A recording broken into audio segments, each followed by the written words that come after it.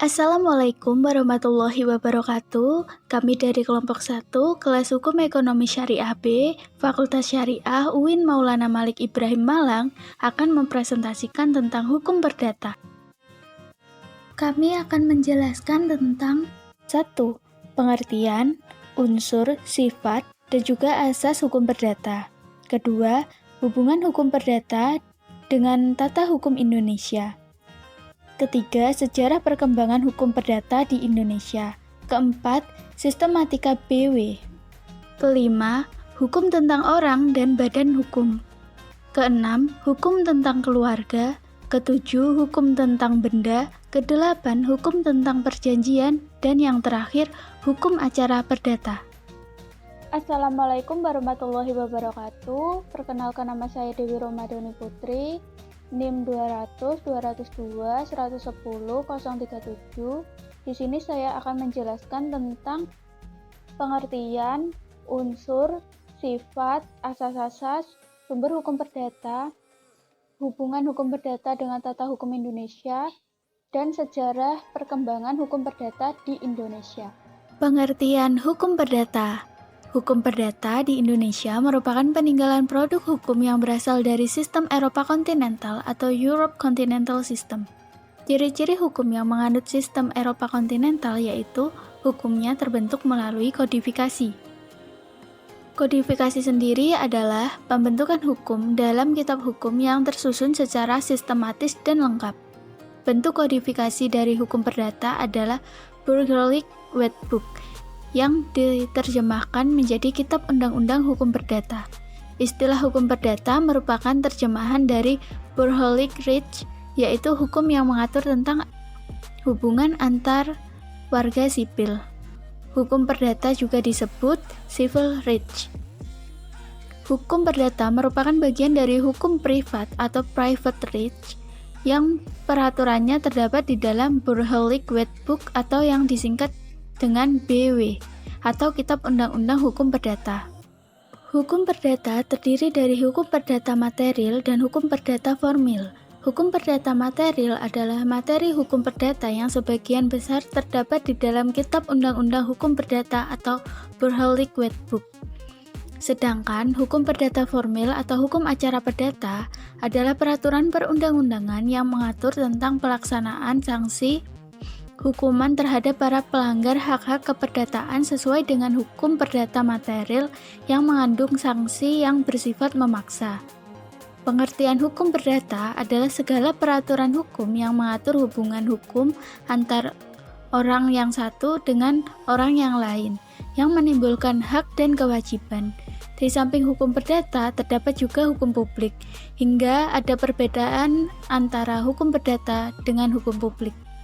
Adapun pengertian hukum perdata menurut para ahli yaitu yang pertama menurut Van Dongen, hukum perdata merupakan suatu peraturan tentang hal-hal yang sangat esensial bagi kebebasan individu seperti orang dan keluarganya, hak milik dan juga perikatan. Sedangkan hukum publik yaitu memberikan jaminan yang minimal bagi kehidupan pribadi. Yang kedua menurut Volmar, hukum perdata adalah aturan-aturan atau norma-norma yang memberikan pembatasan dan oleh karenanya memberikan perlindungan pada kepentingan-kepentingan perseorangan dalam perbandingan yang tepat antara kepentingan yang satu dengan kepentingan yang lain dari orang-orang dalam suatu masyarakat tertentu, terutama yang mengenai hubungan keluarga dan hubungan lalu lintas. Yang ketiga, pandangan Volmar ini memiliki kesamaan dengan pandangan Sudikno Martokusumo.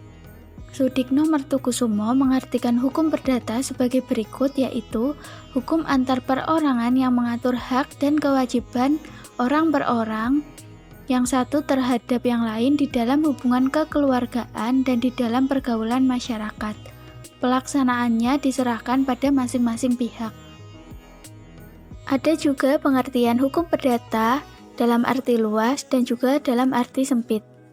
Hukum perdata dalam arti luas adalah keseluruhan peraturan hukum yang ada di dalam Kitab Undang-Undang Hukum Perdata atau BW, Kitab Undang-Undang Hukum Dagang atau WVK, dan undang-undang lainnya yaitu Undang-Undang Koperasi dan Undang-Undang Perniagaan.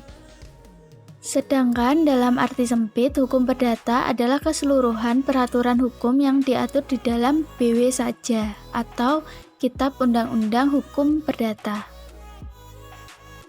Asas hukum perdata yang pertama yaitu asas konkordasi, di mana BW berlaku di Hindia Belanda berdasarkan asas konkordasi. Asas konkordasi menyatakan bahwa setiap orang Eropa yang berada di Hindia Belanda diberlakukan hukum perdata yang berlaku di negara Belanda. Oleh karena itu, asas ini juga berlaku di Indonesia hingga sekarang. Karena Indonesia merupakan negara bekas jajahan Belanda, maka asas konkordasi ini berlaku juga di Indonesia. Yang kedua adalah asas individualitas. Asas individualitas adalah dapat menikmati dengan sepenuhnya dan menguasai sebebas-bebasnya atau hak ichdem dan dapat melakukan perbuatan hukum. Selain itu juga dapat memiliki hasil, memakai, merusak, memelihara, dan sebagainya. Batasan terhadap asas individualitas adalah yang pertama, hukum tata usaha negara atau campur tangan pemerintah terhadap hak milik. Yang kedua yaitu pembatasan dengan ketentuan hukum bertetangga. Yang ketiga yaitu tidak menyalahgunakan hak dan mengganggu kepentingan orang lain. Yang ketiga adalah asas kebebasan berkontrak. Asas kebebasan berkontrak adalah setiap orang berhak mengadakan perjanjian apapun juga, baik yang telah diatur di dalam undang-undang maupun yang belum. Hal ini terdapat pada pasal 1338 KUH Perdata. Asal perjanjian tersebut tidak bertentangan dengan undang-undang, ketertiban umum, dan kesusilaan. Yang keempat adalah asas monogami. Asas monogami adalah seseorang atau seorang laki-laki dalam waktu yang sama hanya diperbolehkan mempunyai satu orang istri. Namun dalam pasal 3 ayat 2 Undang-Undang Nomor 1 Tahun 1974 tentang Undang-Undang Pokok Perkawinan atau UU PP membuka peluang untuk berpoligami dengan memenuhi syarat-syarat pada pasal 3 ayat 2, pasal 4 dan pasal 5 pada UU PP. Tidak hanya 4 asas yang tadi, di dalam hukum perdata juga ada asas yang lain yaitu asas konsensualisme, asas kepercayaan, asas kekuatan mengikat, asas persamaan hukum, asas keseimbangan, asas kepastian hukum. Asas moral, asas perlindungan, asas kepatutan, asas kepribadian, dan asas itikat baik. Sifat hukum perdata. Hukum perdata bersifat keperdataan atau privat. Dalam sifat hukum yang termuat dalam KUH Perdata ialah bersifat umum atau lex generalis. Sedangkan sifat hukum dan ketentuan yang terdapat di dalam KUHD ialah bersifat khusus atau lex specialis. Dan di dalam hukum publik bersifat memaksa. Sedangkan peraturan hukum privat bersifat melengkapi meskipun ada yang memaksa. Unsur-unsur hukum perdata. Dalam hukum perdata terdapat beberapa unsur yaitu yang pertama, peraturan hukum. Peraturan hukum adalah rangkaian ketentuan mengenai ketertiban. Peraturan meliputi tertulis dan tidak tertulis. Sumber hukum perdata tidak tertulis adalah tempat ditemukannya kaidah hukum perdata yang berasal dari sumber tidak tertulis seperti hukum kebiasaan. Sedangkan sumber hukum perdata tertulis yaitu yang pertama menurut Algemene Bepaling van Wetgeving atau AB merupakan ketentuan-ketentuan umum pemerintah Hindia Belanda yang diberlakukan di Indonesia. Contohnya STBL 1847 nomor 23 tanggal 30 April tahun 1847 terdiri atas 36 pasal. Yang kedua, KUH Perdata atau Burgerlijk Wetboek yang disingkat BW merupakan ketentuan hukum produk Hindia Belanda yang diundangkan tahun 1848 diberlakukan di Indonesia berdasarkan asas konkordasi. Yang ketiga adalah KUHD atau Wetboek van Koophandel yang disingkat dengan WVK KUHD terdiri atas 754 pasal meliputi buku 1 tentang dagang secara umum dan buku 2 tentang hak-hak dan kewajiban yang ditimbulkan dalam pelayaran. Yang keempat adalah Undang-Undang Nomor 5 Tahun 1960 tentang pokok agraria. UU ini mencabut berlakunya buku 2 KUH Perdata sepanjang mengenai hak-hak atas tanah, kecuali hipotek. Yang kelima adalah Undang-Undang Nomor 1 Tahun 1974 tentang ketentuan-ketentuan pokok perkawinan.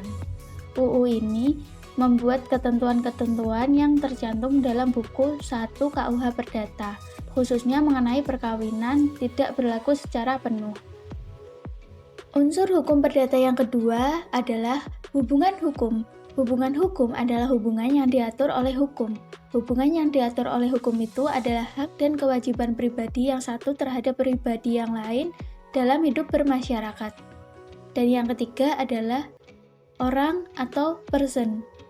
Orang atau person adalah subjek hukum, yaitu pendukung hak dan kewajiban.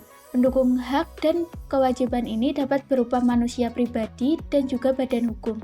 Manusia pribadi dan badan hukum mungkin warga Indonesia ataupun warga negara asing. Sumber hukum perdata. Sumber hukum adalah asal mula hukum perdata atau tempat di mana hukum perdata ditemukan.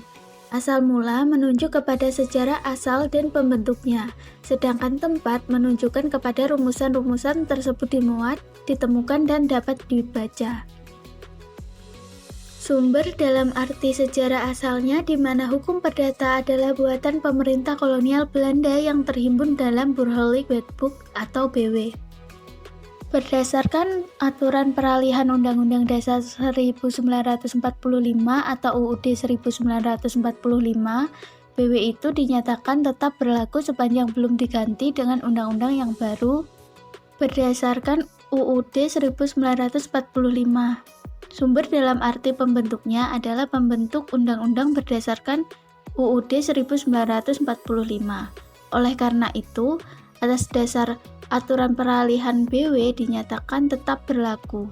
Hal ini berarti pembentuk UUD 1945 ikut menyatakan berlakunya BW yang disebut dengan Kitab Undang-Undang Hukum Perdata atau KUH Perdata. Sumber hukum sendiri adalah segala apa saja yang menimbulkan aturan-aturan yang bersifat memaksa, yaitu aturan-aturan yang apabila dilanggar mengakibatkan sanksi tegas dan nyata. Pada dasarnya, sumber hukum dapat dibedakan menjadi dua macam, yaitu sumber hukum material dan sumber hukum formal. Yang pertama adalah sumber hukum material. Sumber hukum material adalah tempat dari mana materi hukum itu diambil. Sumber dalam arti material adalah sumber dalam arti tempat adalah Startblad atau STBL atau lembaran negara di mana dirumuskan ketentuan undang-undang hukum perdata dapat dibaca oleh umum. Contoh STBL 1847/23 memuat BW,L.N 1974/1 memuat undang-undang perkawinan. Keputusan hakim atau jurisprudensi juga termasuk sumber dalam arti tempat di mana hukum perdata yang dibuat hakim dapat dibaca. Sehingga sumber dalam arti tempat disebut sumber dalam arti material. Yang kedua adalah sumber hukum formal. Sumber hukum formal merupakan tempat memperoleh kekuatan hukum. Ini berkaitan dengan bentuk atau cara yang menyebabkan peraturan hukum formal itu berlaku. Hubungan hukum perdata dengan tata hukum Indonesia. Tata hukum adalah susunan hukum yang berasal mula dari istilah Rechtsorde. Susunan hukum terdiri atas aturan-aturan hukum yang tertata sedemikian rupa sehingga orang mudah menemukannya bila suatu ketika ia membutuhkannya untuk menyelesaikan peristiwa hukum yang terjadi di masyarakat. Serta pengertian tata hukum suatu negara adalah tata hukum yang ditetapkan atau disahkan oleh negara itu. Jadi, tata hukum Indonesia adalah tata hukum yang ditetapkan oleh pemerintah negara Indonesia. Pertanyaannya adalah, apa hubungan antara hukum perdata dengan tata hukum Indonesia? Dengan adanya pengertian di atas dapat disimpulkan jika hukum perdata merupakan salah satu hukum yang terdapat pada tata hukum Indonesia. Tata hukum Indonesia juga terdiri atas aturan-aturan hukum yang ditata atau disusun sedemikian rupa. Dan aturan-aturan itu antara satu dan yang lainnya saling berhubungan dan saling menentukan. Contohnya, seperti hukum keluarga yang berhubungan dengan hukum waris. Hukum keluarga dan hukum waris termasuk ke dalam hukum perdata. Agar harta kekayaan yang ditinggalkan oleh seseorang atau seorang yang meninggal dunia dapat dibagikan kepada para ahli warisnya, perlu dibuat peraturannya. Siapa ahli warisnya, berapa bagiannya, dan apa kewajibannya ditentukan oleh hukum waris tersebut. Sejarah perkembangan hukum perdata di Indonesia.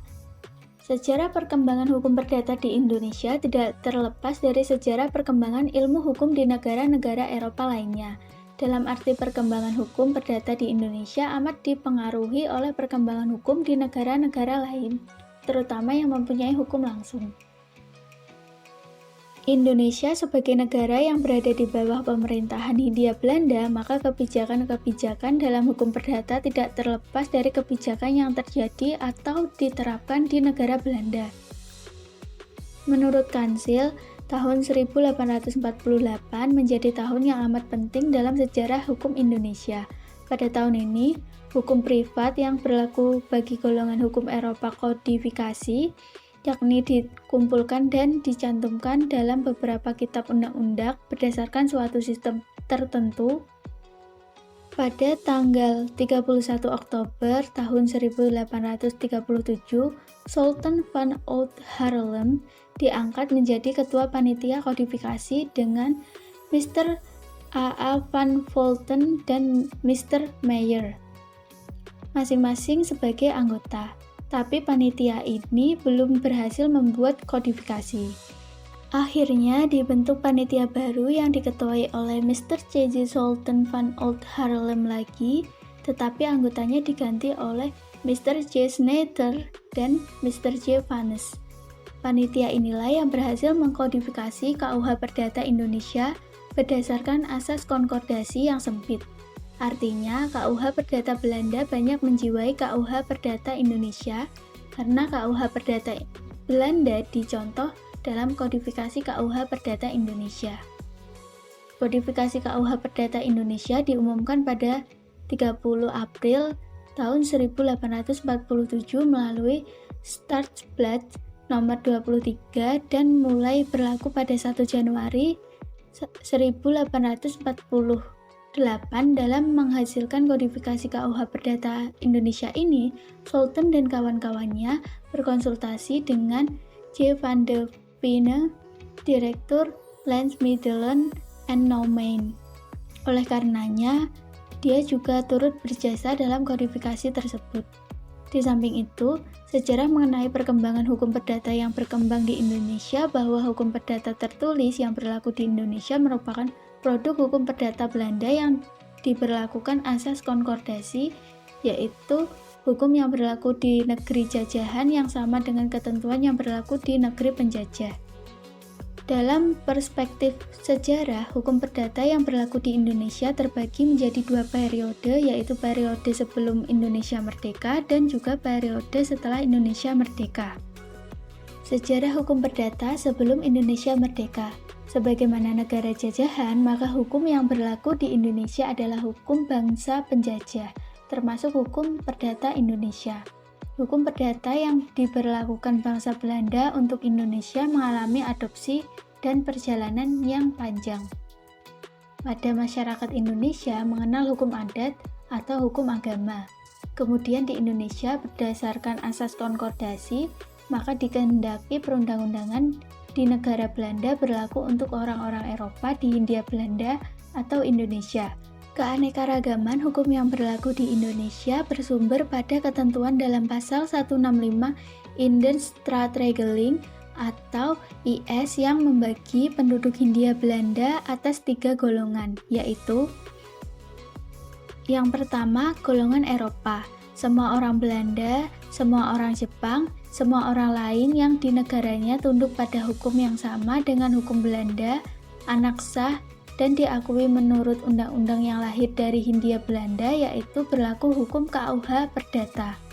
Yang kedua, golongan Bumi Putra, berlaku hukum adat, yaitu hukum yang sejak dahulu sudah berlaku di kalangan masyarakat atau rakyat yang sebagaimana atau sebagian besar belum tertulis.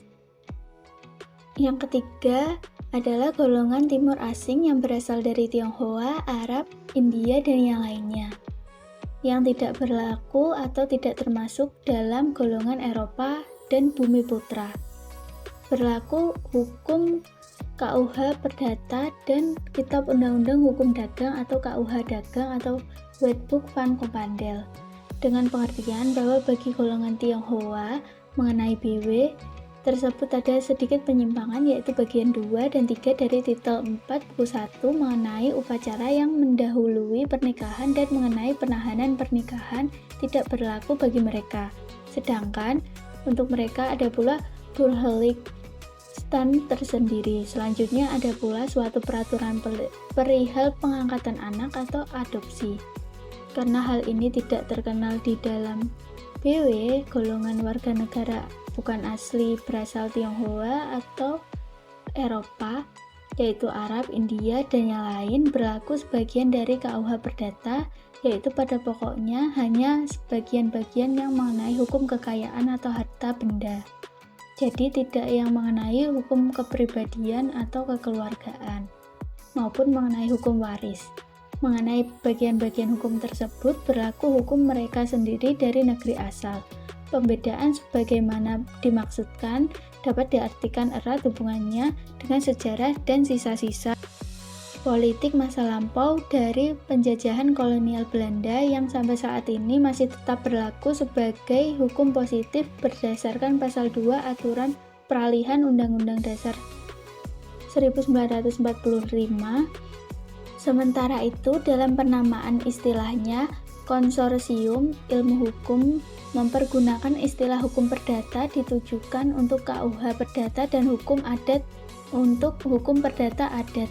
Kenyataan ini dapat diartikan bahwa di bidang hukum perdata terjadi dualisme, di mana untuk golongan Eropa diberlakukan hukum perdata atau hukum KUH Perdata, sebaliknya untuk golongan Bumi Putra diberlakukan hukum adat mereka. Sejarah hukum perdata setelah Indonesia merdeka berdasarkan pasal 2 Aturan Peralihan UUD 1945, KUH Perdata Hindia Belanda tetap dinyatakan berlaku sebelum digantikan dengan undang-undang baru berdasarkan UUD 1945. KUH Perdata Indonesia sebagai induk hukum perdata Indonesia. Belum adanya aturan hukum yang baru, maka untuk menghindari kekosongan hukum berdasarkan aturan peralihan, maka masih diberlakukan hukum perdata tersebut di Indonesia. Secara yuridis formil, kedudukan KUH Perdata masih tetap sebagai undang-undang sebab tidak pernah dicabut dari kedudukannya sebagai undang-undang. Namun, sekarang KUH Perdata bukan lagi sebagai KUH Perdata yang bulat dan utuh karena beberapa bagian dari KUH Perdata sudah tidak berlaku lagi karena sudah ada kodifikasi hukum, seperti berkaitan dengan hukum agraria yang sudah mempunyai Undang-Undang Pokok Agraria. Dapat dikatakan bahwa keberadaan KUH Perdata sebagai ketentuan undang-undang hingga saat ini masih terus diperdebatkan.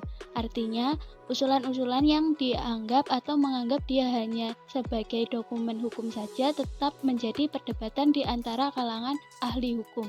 Tetapi, setidak-tidaknya ide itu perlu terus dipikirkan dan dipertimbangkan, terutama baik kalangan ahli hukum, praktisi hukum, dan para pihak yang mempunyai kewenangan dalam pengambilan keputusan untuk terus menggali dan mencermati berlakunya ketentuan peraturan perundang-undangan yang sesuai dengan nilai-nilai luhur bangsa, dan tidak terpaku dengan aturan peralihan pasal 2 UUD 1945 yang tidak membuat batasan yang jelas dan tegas tentang limit waktu berakhirnya ketentuan peninggalan penjajahan tersebut.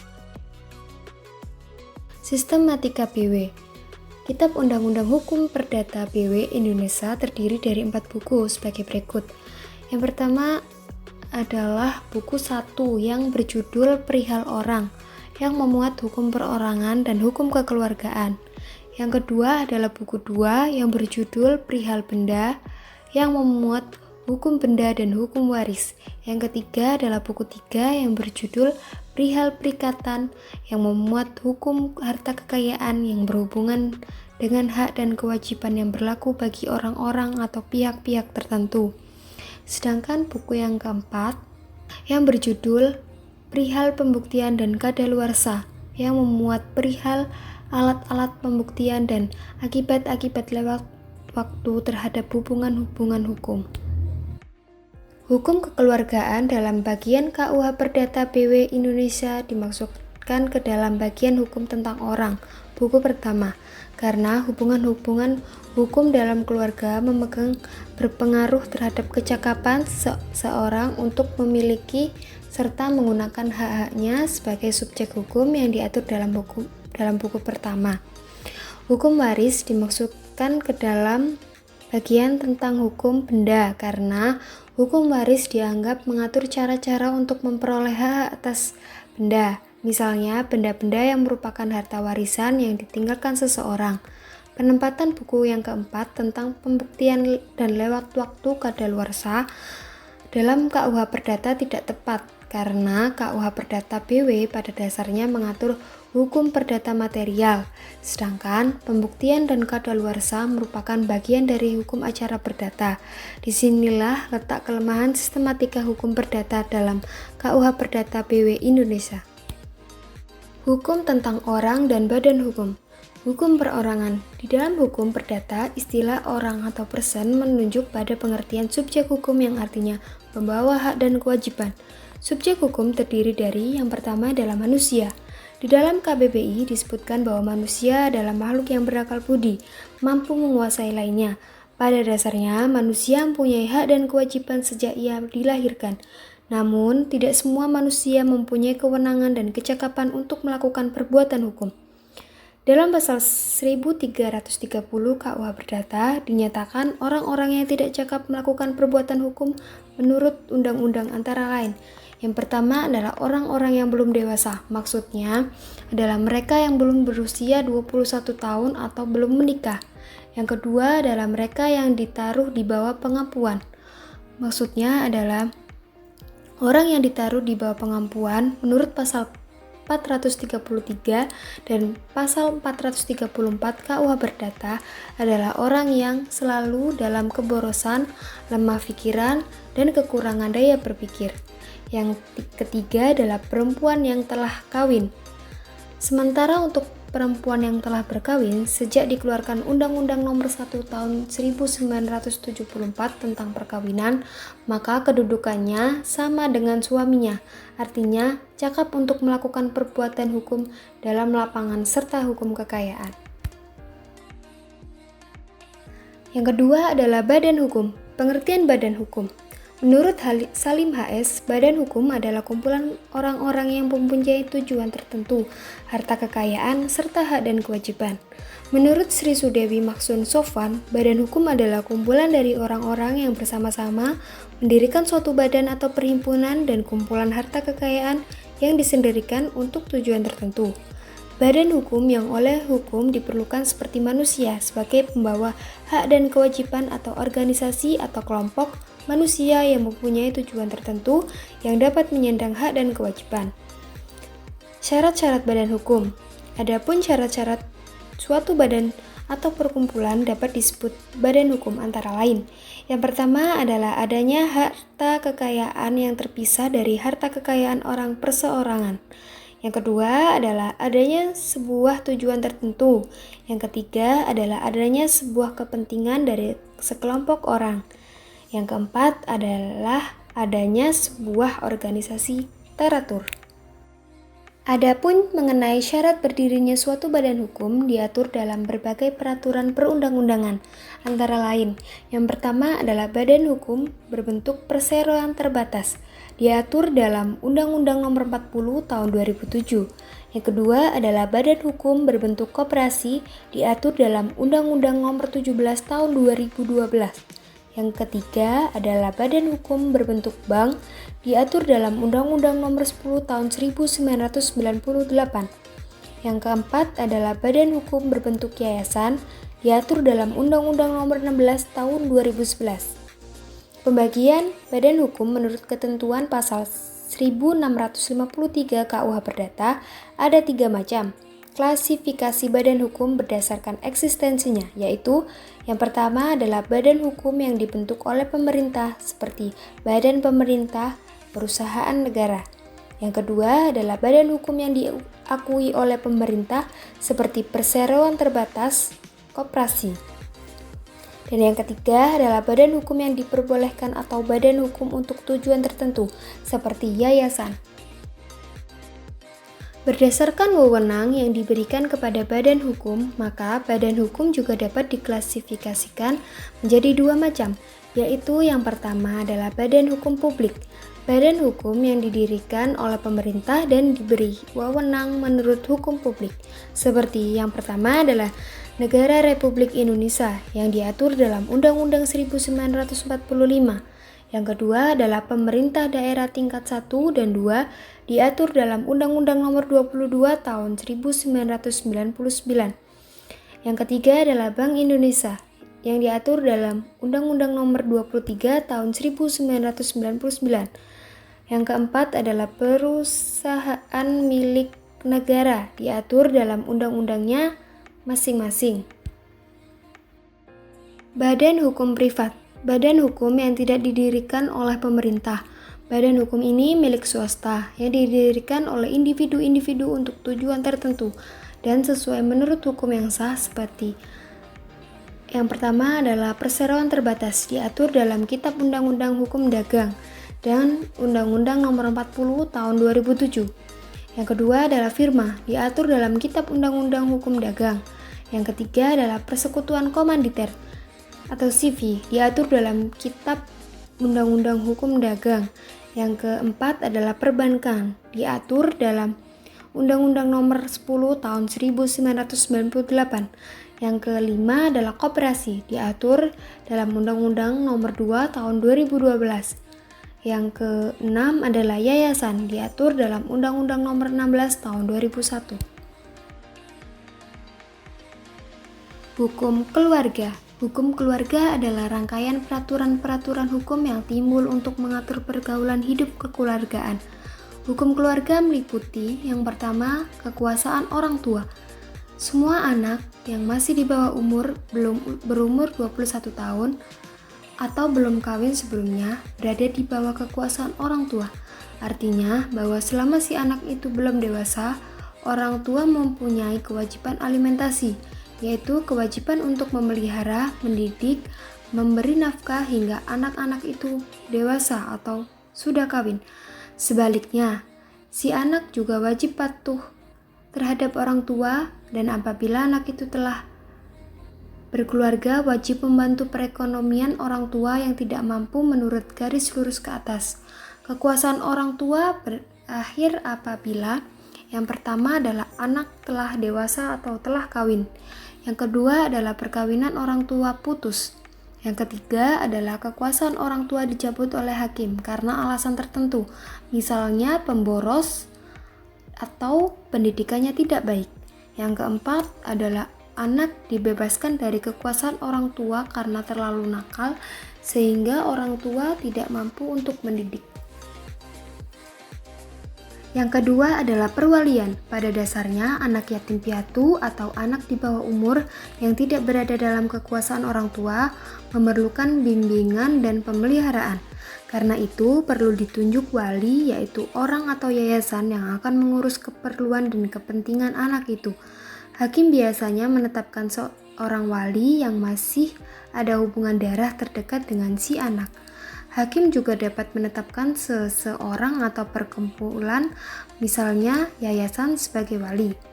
Perwalian dapat terjadi karena perkawinan orang tua putus, baik karena kematian atau karena perceraian. Yang kedua adalah kekuasaan orang tua dicabut atau dibebaskan. Dalam keadaan yang disebut terakhir ini, hakim mengangkat seorang wali yang disebut dengan wali pengawas. Wali pengawas ini dijalankan oleh Balai Harta Peninggalan.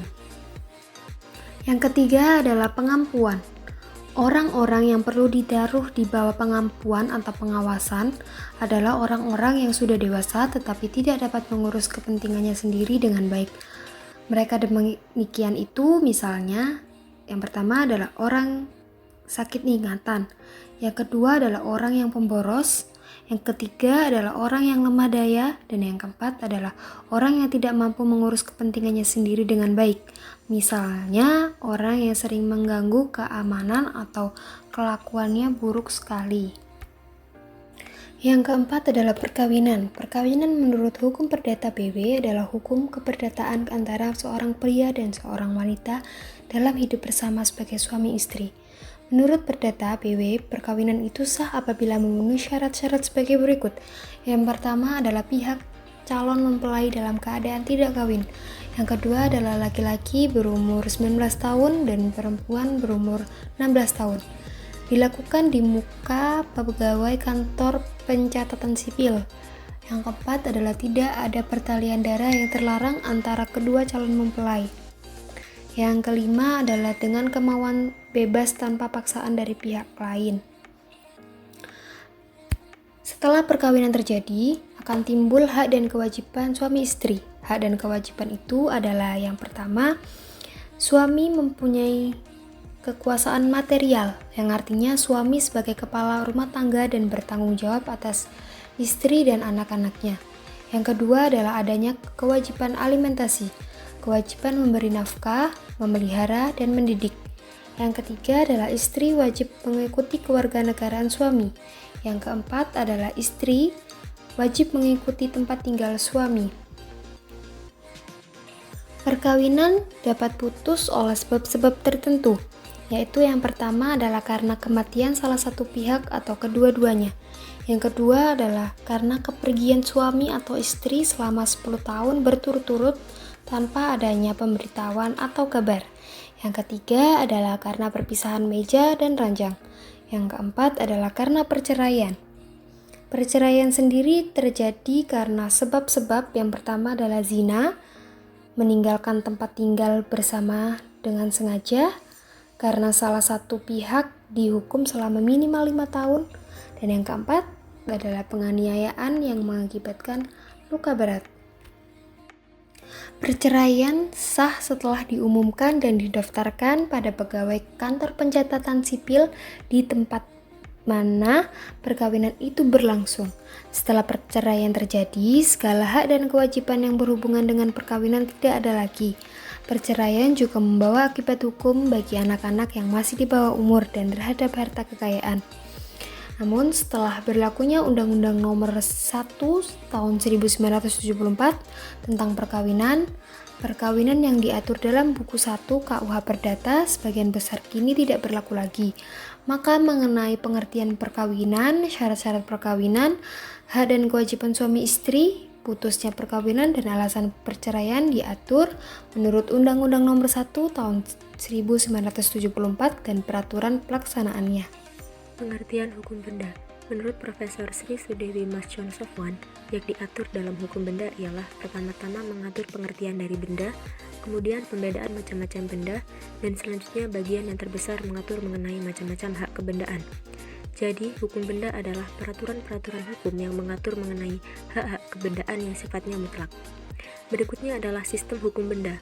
Sistem pengaturan hukum benda adalah sistem tertutup. Macam-macam benda. Yang pertama, benda yang dapat diganti dan yang tak dapat diganti. Benda yang dapat diganti contohnya adalah uang, serta benda yang tak dapat diganti contohnya adalah seekor kuda. Yang kedua, benda yang dapat diperdagangkan dan yang tidak dapat diperdagangkan atau di luar perdagangan. Contoh, jalan-jalan dan lapangan umum. Yang ketiga, benda yang dapat dibagi dan yang tak dapat dibagi. Benda yang dapat dibagi contohnya adalah beras, dan benda yang tak dapat dibagi contohnya adalah seekor kuda. Dan yang terakhir adalah benda yang bergerak dan benda yang tak bergerak. Benda yang bergerak contohnya adalah perabot rumah, dan yang tak bergerak contohnya adalah tanah. Asas-asas hukum benda. Yang pertama merupakan hukum memaksa. Hak-hak kebendaan tidak akan memberikan wewenang yang lain daripada apa yang sudah ditentukan dalam undang-undang. Yang kedua, dapat dipindahkan. Semua hak kebendaan dapat dipindah tangankan kecuali hak pakai dan hak mendiami. Yang ketiga, asas individualitas. Objek dari hak kebendaan adalah suatu barang yang dapat ditentukan. Artinya, orang hanya dapat sebagai pemilik dari barang yang berwujud yang merupakan kesatuan, misalnya rumah, mebel, hewan. Poin keempat, asas totalitas. Hak kebendaan selalu melekat atas keseluruhan daripada objeknya. Poin kelima, asas tidak dapat dipisahkan. Pemilik tidak dapat memindah tangankan sebagian daripada wewenang yang termasuk suatu hak kebendaan yang ada padanya, misalnya pemilik. Yang keenam adalah asas prioritas. Semua hak kebendaan memberikan wewenang yang sejenis dengan wewenang-wewenang dari eigendom sekalipun luasnya berbeda-beda. Berikutnya adalah asas percampuran. Hak kebendaan terbatas wewenangnya, jadi hanya mungkin atas benda orang lain dan tidak mungkin atas hak miliknya sendiri. Dan berikutnya adalah asas perlakuan yang berlainan terhadap benda bergerak dan benda tak bergerak. Asas ini berhubungan dengan penyerahan, pembebanan, bazit, dan vergering. Untuk benda bergerak, hak kebendaan yang dapat diadakan adalah hak gadai dan hak memungut hasil, sedangkan untuk benda tak bergerak adalah erfpacht, postal, vruchtgebruik, hipotek, dan servitude. Berikutnya adalah asas publisitas. Benda yang tidak bergerak mengenai penyerahan dan pembebanannya berlaku kewajiban untuk didaftarkan dalam daftar register umum. Adapun mengenai benda yang bergerak cukup dengan penyerahan nyata. Dan asas yang terakhir adalah sifat perjanjian. Sifat perjanjian di sini merupakan perjanjian yang zakelig, yaitu perjanjian untuk mengadakan hak kebendaan. Hak kebendaan. Yang pertama, hak menikmati, seperti hak milik, bazit, hak memungut atau pakai hasil, hak pakai, dan mendiami. Yang kedua adalah hak memberi jaminan, seperti gadai, fidusia, hak tanggungan, hipotek, dan sistem resi gudang. Hukum tentang perjanjian. Menurut rumusan pasal 1313 Kitab Undang-Undang Hukum Perdata, didefinisikan sebagai suatu perbuatan dengan mana satu orang atau lebih mengikatkan dirinya terhadap satu orang atau lebih. Sedangkan berikutnya adalah unsur-unsur hukum tentang perjanjian. Yang pertama, adanya kaidah hukum. Kaidah dalam hukum kontrak dapat dibagi menjadi dua macam, yaitu tertulis dan tidak tertulis. Kaidah hukum kontrak tertulis adalah kaidah hukum yang terdapat di dalam peraturan undang-undang, traktat, dan jurisprudensi. Sedangkan kaidah hukum kontrak tidak tertulis adalah kaidah hukum yang timbul, tumbuh, dan hidup dalam masyarakat. Contohnya seperti jual beli lepas, jual beli tahunan, dan lain-lain. Yang kedua adalah subjek hukum. Yang menjadi subjek hukum dalam hukum perjanjian adalah kreditur dan debitur. Kreditur adalah orang yang berpiutang, sedangkan debitur adalah orang yang memiliki utang. Yang ketiga adalah adanya prestasi. Prestasi terdiri dari memberikan sesuatu, berbuat sesuatu, dan tidak berbuat sesuatu. Yang keempat, kata sepakat. Kesepakatan adalah persesuaian pernyataan kehendak antara para pihak. Dan yang terakhir adalah akibat hukum. Akibat hukum adalah timbulnya hak dan kewajiban. Syarat-syarat sahnya perjanjian. Yang pertama, adanya kata sepakat bagi yang mengikatkan dirinya. Yang kedua, kecakapan para pihak untuk membuat suatu perikatan. Dua poin ini termasuk dalam subjek perjanjian atau syarat subjektif. Dan yang ketiga, suatu hal tertentu. Dan yang keempat, suatu sebab yang halal. Kedua poin ini termasuk dalam objek perjanjian atau syarat objektif. Ketentuan-ketentuan umum dalam perjanjian. Yang pertama adalah somasi atau lalai. Somasi adalah teguran dari si berpiutang kreditur kepada si berutang debitur agar dapat memenuhi prestasi sesuai dengan isi perjanjian yang telah disepakati antara keduanya. Yang kedua adalah wan prestasi. Wan prestasi adalah tidak memenuhi atau lalai melaksanakan kewajiban yang ditentukan dalam perjanjian antara kreditur dengan debitur. Berikutnya adalah ganti rugi. Hal ini timbul karena prestasi dan perbuatan melawan hukum, yang mana dibebankan kepada debitur karena tidak memenuhi isi perjanjian yang telah dibuat antara kreditur dengan debitur. Poin keempat adalah keadaan memaksa. Ketentuan ini memberikan kelonggaran kepada debitur untuk tidak melakukan penggantian biaya, kerugian, dan bunga. Dan yang terakhir adalah risiko. Ajaran ini timbul apabila terdapat keadaan memaksa, overmatch. Hukum acara perdata. Menurut Profesor Dr. R. Wirjono SH, hukum acara perdata adalah rangkaian peraturan-peraturan yang memuat cara bagaimana orang harus bertindak di muka pengadilan dan begitupun sebaliknya. Sumber-sumber hukum acara perdata. Yang pertama, HIR. Hukum acara perdata yang berlaku untuk daerah Jawa dan Madura yang memuat ketentuan hukum acara perdata dan acara pidana. Yang kedua, RBG. Hukum acara perdata yang berlaku di luar Jawa dan Madura. Dan yang ketiga adalah BW. Kodifikasi hukum perdata material yang juga memuat hukum acara perdata formal. Yang keempat, Ordonansi tahun 1867 nomor 29 memuat ketentuan tentang pembuktian tulisan-tulisan di bawah tangan dari orang-orang Indonesia atau Bumi Putra. Yang kelima, WVK. Kodifikasi hukum perdata material tentang perdagangan. Dan berikutnya adalah RO. Berikutnya adalah RV, ketentuan hukum acara perdata yang berlaku pada RVJ dan Hooggerechtshof, yaitu peradilan bagi golongan Eropa pada zaman Hindia Belanda. Berikutnya adalah Undang-Undang Nomor 20 Tahun 1947 tentang Peradilan Ulangan. Berikutnya, Undang-Undang Nomor 14 Tahun 1985, Jo, Undang-Undang Nomor 5 Tahun 2004, Jo, Undang-Undang Nomor 3 Tahun 2009 tentang Mahkamah Agung. Berikutnya, Undang-Undang Nomor 2 Tahun 1986, Jo, Undang-Undang Nomor 8 Tahun 2004, Jo, Undang-Undang Nomor 49 Tahun 2009 tentang Peradilan Umum. Berikutnya, Undang-Undang Nomor 48 Tahun 2009 tentang Kekuasaan Kehakiman. Poin selanjutnya, Peraturan atau Surat Edaran Mahkamah Agung RI. Dan berikutnya, Jurisprudensi. Dan yang terakhir adalah pendapat pakar. Asas-asas hukum acara perdata. Yang pertama adalah hakim bersifat pasif. Poin A, hakim bersifat menunggu. Poin B, hakim mengadili seluruh gugatan. Poin C, hakim mengejar kebenaran formil. Poin D, para pihak bebas untuk mengajukan atau tidak mengajukan upaya hukum verzet, banding, dan kasasi terhadap putusan pengadilan. Yang kedua adalah sidang pengadilan terbuka untuk umum. Yang ketiga, mendengar kedua belah pihak. Yang keempat, tidak ada keharusan untuk mewakilkan. Yang kelima, putusan harus disertai alasan. Yang keenam, beracara perdata dengan biaya. Dan yang ketujuh adalah peradilan diselenggarakan dengan sederhana, cepat, dan biaya ringan. Terima kasih, sekian penjelasan dari kelompok kami. Wassalamualaikum warahmatullahi wabarakatuh.